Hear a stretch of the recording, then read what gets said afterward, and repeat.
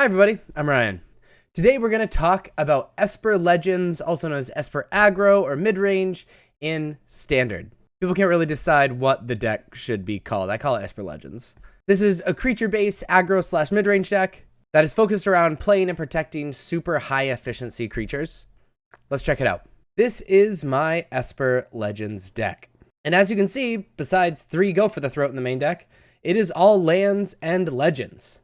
So first off, we'll look at the lands. Obviously, Esper lands, because these lands, make sure we have good mana, mostly fast lands because we're a pretty aggressive deck, but also we have some really cool legendary synergistic lands, specifically with Plaza of Heroes, which ends up being a rainbow land in this deck, where we can add 1 mana of any color to cast a legendary spell, or we can add 1 mana of any color among legendary permanents you control. So that's basically to cast the non-creature spells and go for the throat, and then other spells post-board. Or, and this is the important one, we can pay 3 mana, tap it, and exile Plaza of Heroes to have target legendary creature gain hexproof and indestructible till end of turn. So it's also a way to protect our creatures, especially our very good creatures. We're playing a lot of lands, even though we're a pretty low to the ground deck, because a lot of our lands are the spell lands, which also happen to synergize with legendary creatures, right? Costing 1 less for each legendary creature you control, so you're going to have a field full of legendary creatures. Very often these spell lands end up just being 1 mana. A Ganjo helping you with combat, Ottawa returning permanents to their owner's hand, and Takenuma getting legendary creatures back from the graveyard. So let's go through our suite of creatures and other spells. Our first creature and lowest to the ground card is Skrelv, which is a 1/1 with Toxic. It can't block, but you can pay a Phyrexian white and tap it to choose a color, and have another target creature gain Toxic 1 and hexproof from that color till end of turn, and can't be blocked by creatures of that color till end of turn. So this is a great protection spell. It's a must-answer spell if your opponent has like removal spells in their deck, because they can't really remove anything else where they have Skrelv out, and allows you to get in attacks that you shouldn't get in otherwise. Sometimes you'll have like a flyer and a guy in the ground, and you just give the guy in the ground the ability to attack through a certain color, and you're able to then attack with the flyer and the guy in the ground, and it's really, really, really strong. And then there adds this weird sidelined possible poison them out mechanic. Happens very, very little, but it's possible.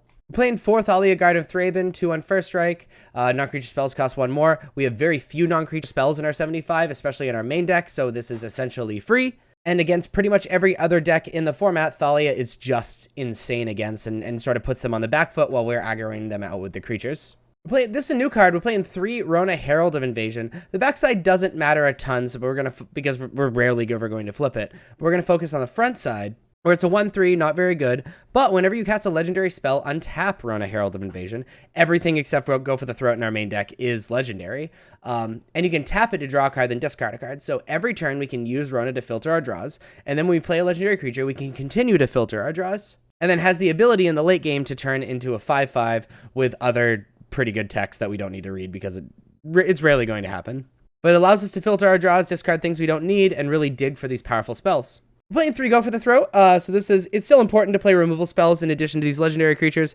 Go for the Throat is just the best removal spell in Standard at the moment, so we're playing 3 of those. We're playing 4 Dennick, Pious Apprentice, having lifelink 2/3 for 2 on the front side, which is already awesome. Also, target cards in graveyards can't be the target of spells or abilities, which is really relevant against the Reanimator, Atraxa strategies. And then we can also disturb it to flip it into a 3/2 flyer, where whenever a creature card are put into a graveyard, we get to investigate. So on the front side, it stops certain strategies and is a lifelinker, which is great against aggro. On the back side, it is a card advantage engine and a lot of pressure in the air. We're playing 3 Adeleine. Adeleine is a star 4. Adeleine isn't as good in this deck as a lot of other super low to the ground humans decks, for example, but it's still very, very strong. Being a 3 mana 4 toughness creature, blocks really well. Also has vigilance, so it can attack and block, and it creates a human whenever you attack. Its power is equal to the number of creatures you control, so it can continually get larger as you play creatures. We're playing 4 Raffine. Raffine is really the card that holds the deck together, as sort of the glue of the deck. It's 3 mana 1/4 with flying and ward 1, already pretty okay, but whenever you attack, target attacking creature connives X, where X is the number of attacking creatures. Connive meaning you draw X cards and discards X cards, and whenever you discard a non-land card, it gets a +1/+1 counter. So this continues to allow you to filter your draws, makes your attackers bigger, sometimes it doesn't even have to be Raffine, and incentivizes you to just keep attacking and putting good cards in your hand. We're playing 2 Tola's Clever Conductor, enters the battlefield, connives, so it allows you to sort of connive, just like Raffine. Whenever you discard 1 or more cards, exile them from your graveyard, and when Tolas dies, put the cards exiled with it into your owner's hand. So it's kind of like a card that incentivizes you to discard cards, especially alongside Rona and Rafine. These synergize, by the way, if you discard off of Rona or discard off of Rafine or discard off of Tola's itself, they all get exiled. And then when Tola, then basically you can attack really liberally or block really liberally with Tolas, and then all those cards end up in your hand and you get a ton of card advantage. Playing 4 Shieldred. Shieldred is absolutely disgusting in Standard. It can end games very quickly. It's a 4/5 with Death Touch, which is already great, and then it helps you gain life when you draw a card, and your opponent loses life when they draw a card.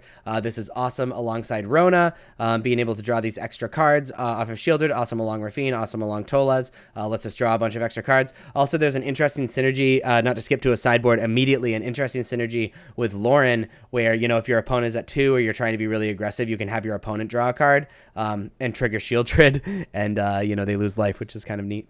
We're playing a 1 of Airtie Resurrected. Airtie Resurrected is a 3/2 with Flash. It allows us to counter a target spell. However, they get to draw a card when we counter a spell like this. Doesn't really matter because it's a random card. We're only going to be casting this on a spell that's relevant, and it gives us a 3/2 body, so that's totally okay. Or we can destroy a target creature or planeswalker. However, they get to draw a card, but again, we get to 3/2 body, so it ends up being a 1-for-1-ish thing. But we'd rather have them a random card than something that's on the battlefield that they've already like paid mana for. And we're playing a 1 of Aodonsky, is a 5/4 for 5 flying vigilance.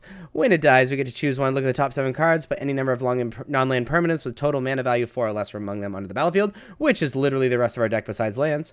Or we can put 2 +1/+1 encounters on each permanent you control that's a creature or a vehicle. Rarely do we do that. Basically, this is a big flyer that when they answer it, we get more stuff out of our deck, and we can be very selective with the stuff that we grab out of our deck. And really, the way we play the main deck is you just play aggressive, remove stuff, attack, draw a bunch of cards, like make your hand really, really good, and move on, which feels awesome. As far as the sideboard goes, there's a couple cards that we're playing. So a new card, Surge of Salvation, is a 1-mana instant.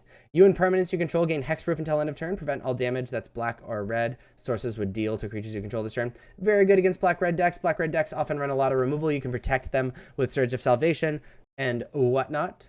Especially like board wipey stuff like Brothers of the End or something like that. Lorna the Third Path is our artifact hate and enchantment hate. It's very good against like Fable and Mirror Breaker, for example.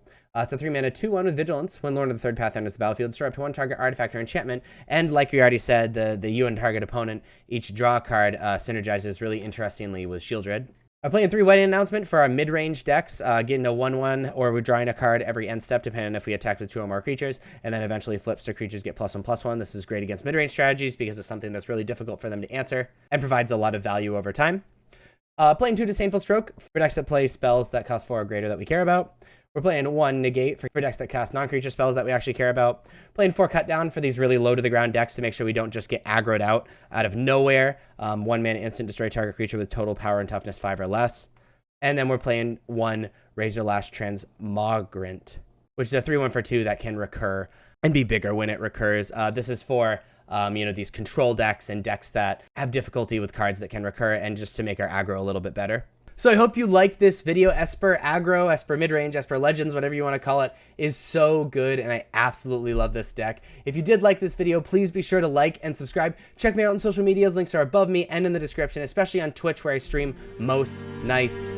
Thank you so much for watching. I'll see you next time. Bye-bye.